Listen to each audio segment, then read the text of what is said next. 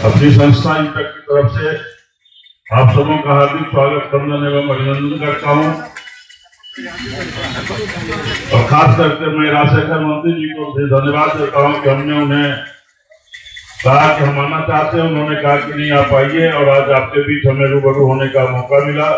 साथियों, ये आंदोलन सिर्फ विशाखापट्टनम स्टील प्लांट का आंदोलन नहीं है, क्योंकि सरकार एक के बाद एक इंडस्ट्री को बेचने के लिए लगी हुई है। सरकारी कंपनी बिकने के बाद जो स्थिति होती है उसका जूता जागता उदाहरण हमारे यहाँ बालको प्लांट है, जो पहले सरकारी था और पिछले बीजेपी के शासन में वहां भी बेच के आज वहां के मजदूरों की जो दशा है, उस क्षेत्र की जो दुर्दशा है, वो हम सब लोग देख रहे हैं। तो सर्वप्रथम मैं आप सभी साथियों को, सभी ट्रेड यूनियन के लोगों को धन्यवाद देता हूं कि आपने सरकार के खिलाफ 51 दिन से यहाँ पर जो ये आंदोलन चला रखा है, निश्चित रूप से आपका ये आंदोलन सफल होगा। और ये जो देश में सरकार बैठी है उसे सोचने के लिए विवश होना पड़ेगा, क्योंकि इसके पहले नगरनार स्टील प्लांट को भी बेचने की साजिश रची गई थी और अभी भी वो साजिश चली रही है। फिर वहां पर हम लोगों ने सर्वदलीय ट्रेड यूनियन की बैठक बुलाई, सर्वदलीय बैठक ली थी, वहां के सभी जनप्रतिनिधि उसमें शामिल हुए और छत्तीसगढ़ की विधानसभा ने एक प्रस्ताव पारित करके सरकार को प्रस्ताव भेजा कि अगर आप इस प्लांट को बेचना ही चाहते हैं तो यहाँ की जो राज्य सरकार है उस प्लांट को खरीदने के लिए तैयार है। जैसा कि यहाँ के साथियों ने बताया, एक तरफ आप एनएमडीसी में स्टील प्लांट लगा रहे हैं और लगाने के पीछे सरकार की मंशा ये थी कि एनएमडीसी के पास आयरन ओर है और अगर ये प्लांट लगेगा तो वहाँ आयरन ओर के कारण स्टील उत्पादन में भी एनएमडीसी का प्रवेश होगा। लेकिन जो सरकार यहाँ बैठी हुई है वो किसी से बात ही नहीं करना चाहती है। सरकार सिर्फ अपना निर्णय थोपना चाहती है। अगर जिस तरीके से आपके प्लांट के पास रॉ मटेरियल नहीं है और एनएमडीसी के पास रॉ मटेरियल है, तो अगर आरआईएनएल को एनएमडीसी के अंदर कर दिया जाए या एनएमडीसी को आरआईएनएल के अंदर कर दिया जाए तो दोनों प्लांट जिंदा होगा और यहाँ के लोगों का भी तरक्की होगा, साथ ही साथ एनएमडीसी का भी उत्पादन और तेजी से बढ़ेगा। लेकिन इनकी मंशा जो है वो अपने कहते उद्योगपतियों को प्रभावित करने की, उनको खुश करने की। साथियों, जैसा कि अभी आप लोगों ने देखा और बताया, तो हम लोग को ही मालूम है कि अगर आपका प्लांट ये नहीं बच पाया तो देश का कोई भी स्टील प्लांट नहीं बचेगा। आप ये जानिए, ये देखिए सरकार की नजर सिर्फ स्टील प्लांट नहीं, हमारे यहाँ तो जो भिलाई स्टील प्लांट है उसके साथ बहुत बड़ी माइंस भी है और उस माइंस पे भी सरकार की नजर है। तो मैं आज आपके बीच यही बताने आया हूँ कि पूरा इंटक परिवार जो इस देश में इंटक की 3 करोड़ 40 लाख सदस्यता है, वो आपके साथ खड़ी है, आपके कंधे से कंधा मिलाकर आपके आंदोलन में खड़ा होने के लिए तैयार है। और जरूरत पड़ी तो पूरे देश में विशाखापट्टनम स्टील प्लांट के मजदूरों के समर्थन में इंटक अगर बंद करने की भी नौबत आई, पूरे देश को भी हम लोग बंद करेंगे। लेकिन इस लड़ाई को सरकार को यही झुका के आगे नहीं बढ़ने के लिए मजबूर करना होगा। आप सभी लोग इतनी भीषण गर्मी में यहाँ दिन भर इस आंदोलन को सफल बनाने के लिए लगे हुए हैं। मुझे विश्वास है कि आपकी जो मेहनत है, आपकी जो लगन है और आपने जिस ईमानदारी से इस आंदोलन को चलाया है, निश्चित रूप से सरकार को झुकना होगा। अभी हमारे यहाँ नगरनार में भी बाहर से कुछ उद्योगपति प्लांट देखने आए। हम लोगों ने वहाँ के मजदूरों को कहा कि आप उनको अंदर किसी कीमत पे घुसने मत देना। वहाँ कोई भी बाहर का व्यक्ति अंदर नहीं जा पाया। फिर उन्होंने तालचक, जो कि सेल का ही प्लांट है, बंद प्लांट हो गया है, वहाँ से मजदूरों को ट्रांसफर किया करीब 120 आदमी को। उन्हें भी हम लोगों ने वहाँ काम करने नहीं दिया, उनको भी वापस जाना पड़ा।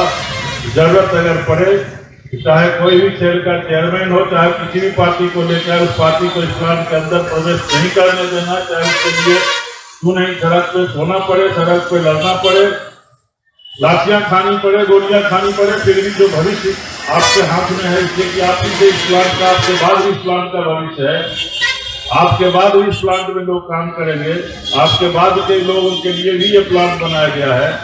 तो यही ये लड़ाई का अंत नहीं होगा। आप सभी लोग जानते हैं ये जो सरकार है न मजदूरों की सुन रही है, न किसानों की सुन रही है, न ही आम जनता की सुन रही है। सिर्फ वो अपना निर्णय लेती है, उस निर्णय को इम्प्लीमेंट करने के लिए किसी भी तरीके से भी उसको इम्प्लीमेंट करने पे आमादा रहती है। लेकिन बहुत जगहों पे सरकार को पीछे भी जाना पड़ा है। तो अगर आपका आंदोलन जिस रूप से और भी आंदोलन हुए और ये एक जन आंदोलन का रूप ले रहा है, तो निश्चित रूप से मैं आप सबों को इतना तो आश्वस्त करना ही चाहूंगा कि अगर हम सब लोग एक रहे तो यहाँ कोई दूसरा पार्टी आके इस प्लांट को नहीं चला पाएगा। चलाने के लिए आप और हम सब लोग ही रहेंगे। तो इस आंदोलन को मैं अपना समर्थन देता हूँ, अपने संगठन की तरफ से समर्थन देता हूँ।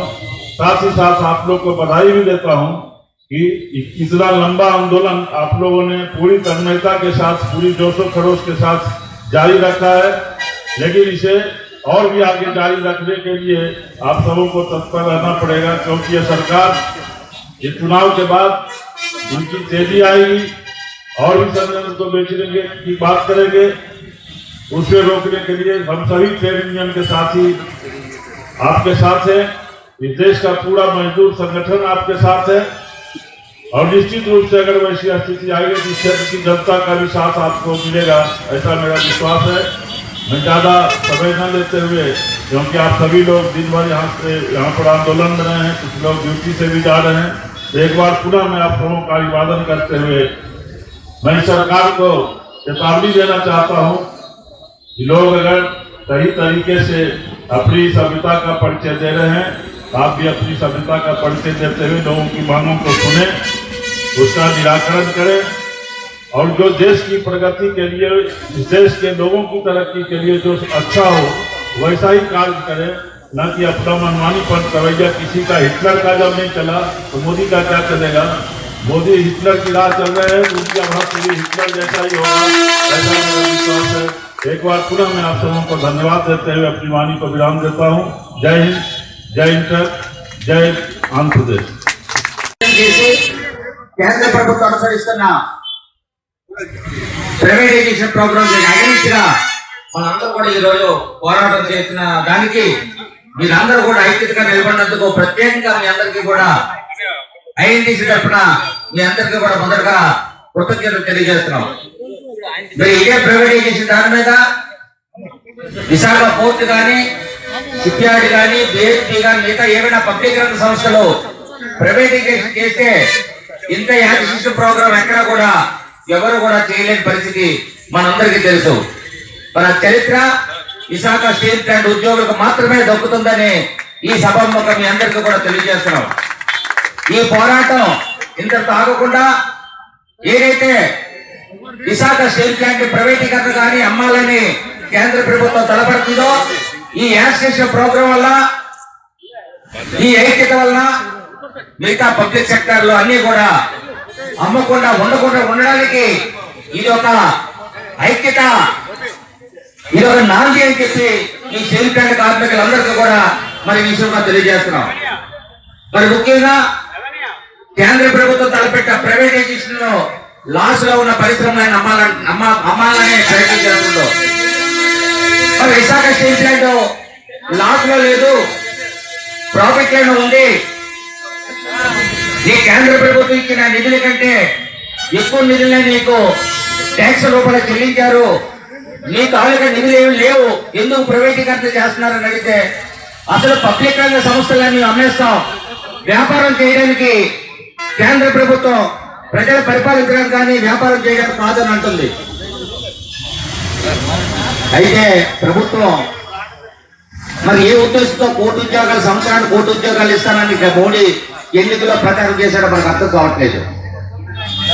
అంటే కోటి ఉద్యోగాలు అంటే తీసేయడమా? పబ్లిక్ సెక్టర్ మూసి ఉద్యోగాలందరినీ గవర్నమెంట్ ఉద్యోగాలు తీసేసి ప్రైవేటు సంస్థలకు తాకట్టు పెట్టడమా అనేది మనకు అర్థం కావట్లేదు.